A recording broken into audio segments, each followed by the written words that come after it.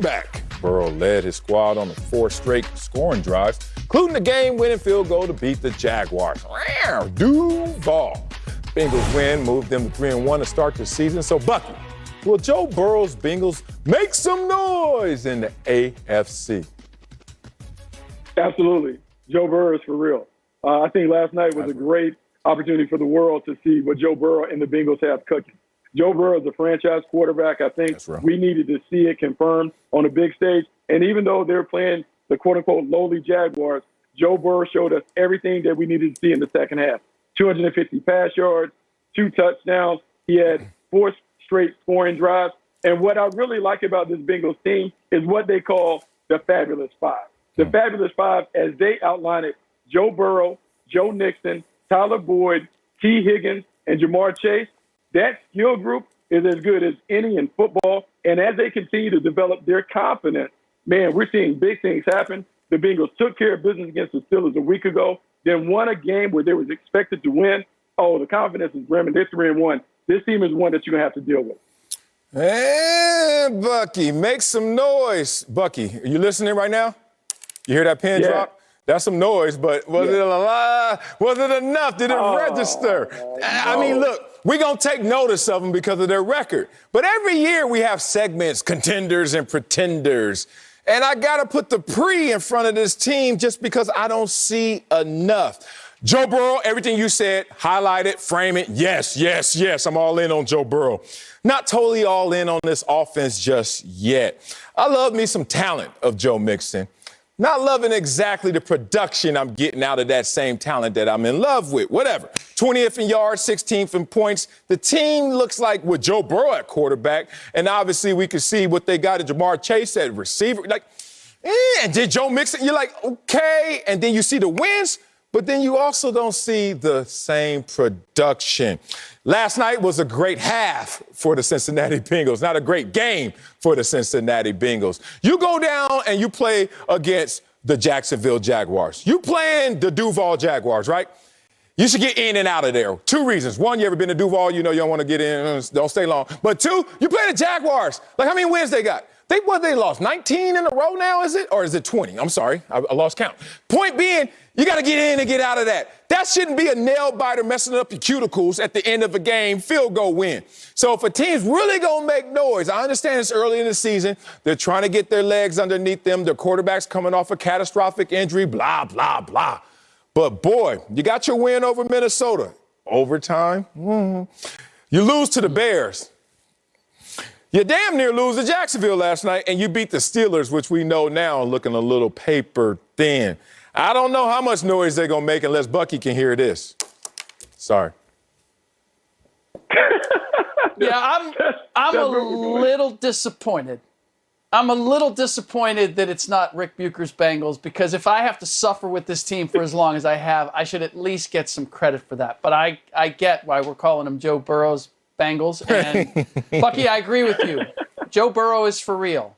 The offensive talent that you mentioned is legit, and I am genuinely excited to see what they are going to become. But in terms of making noise in the AFC North, I'm not ready to say that they are ready to that. I'm not going to get sucked into this. I can tell you, you can always pick out the Bengals fan in a crowd because they're made out of pure scar tissue. They get all hyped up, and then they get sliced, and then they got to let it scab over, and they got to recover. So I'm not going to go there just yet. I'm impressed with Zach Taylor. His clock management in that game quietly was really impressive for a young coach. But their defense, there's a distinction between being good and being better than expected. Ooh. There were really no expectations for this Bengals defense, and they have been better than expected. But they haven't necessarily been consistently good. The offensive line is also tremendously young. And my concern is that as the season goes on, while they have found some players and they found some talent that they can develop, that the depth of talent is not there. And you guys know that makes the difference for teams as the season goes on. It's not just who your frontline guys are, but it's who can you go to once you lose a guy. And that's where I think the Bengals are still in danger of being exposed as this season goes on. As Marcellus mentioned, I mean, I look at who they've played, and particularly last night, which is why we're having this conversation. When you have to eke out a win against the and awful Jacksonville Fabios, that is not a great litmus test for saying that you are going to be a force to be reckoned with in the AFC North. Are they the worst team in the division? No, they're not. The Pittsburgh Steelers are that, and that is an upgrade for the Bengals. But are they better than the Browns and the Ravens? I'm not ready to go there. Rick, I cannot believe you're so negative about your team. Look, as Sam White Not negative, I'm realistic. Not negative, realistic. Look, you can live into this.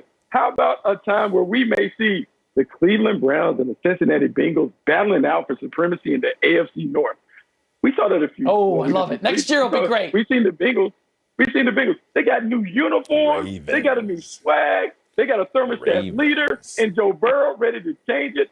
This is it. Man, embrace the new standard in Cincinnati. You actually can win games. And with a date with the Green Bay Packers on the horizon, it's another opportunity to legitimize the Cincinnati Bengals as a contender, not a pretender, as Marcellus Wiley is trying to disrespect. Yeah, I'm not even listening to you anymore. I'm on my computer, Instagram or Twitter. I don't know which one. Once I heard you say they battling in the AFC North and didn't mention Baltimore, I was like, oh, Bucky gone. We lost Bucky. You're going to mention Cincinnati before you mention Baltimore. Don't you ever do that and disrespect my man Lamar Jackson like that. And don't you disrespect real contenders out there by trying to throw the Bengals in that conversation as well, Bucky Brooks. Joe Mixon out there sneezing, shout out to Heller, more than he's running the rock right now. All them East Oakland people and all that dancing they be doing. You see how hard he danced? I was like, won't you run as hard as you dancing, damn it, fool? Anyway, they only got one game over 100 yards rushing this year. And if you look at them in the passing game, they only got one game over 220 yards passing. In today's NFL, y'all need to stop. Okay, this is what I do. People don't really like me a lot because I talk in facts and I mess up dinner parties because I tell somebody I don't like that outfit. I don't give a damn. It ain't gonna mess up my appetite, maybe yours. Here we go. Let's talk bad about the Bengals and mess up this dinner party. Only team in the NFL to lose to the Chicago Bears are your Bengals. That ain't too good. How about the three teams they beaten? Combined record of 3-10. Bucky, you want a duck or derb? Anyone? Needed a last-second field goal, not once, but twice in 2 of their 3 wins. What the hell are we talking about? 26 in penalties? How you gonna be bad and not disciplined, even though you got a good record? I digress. Negative turnover margin. Bucky, you play football, bro. Negative turnover margin, penalized heavily, and then you can't really throw the rock like you should based on talent, and you're not running the football effectively. Bucky, you know how this adds up. This is how it adds up, Bucky. Ready for the main course? Okay.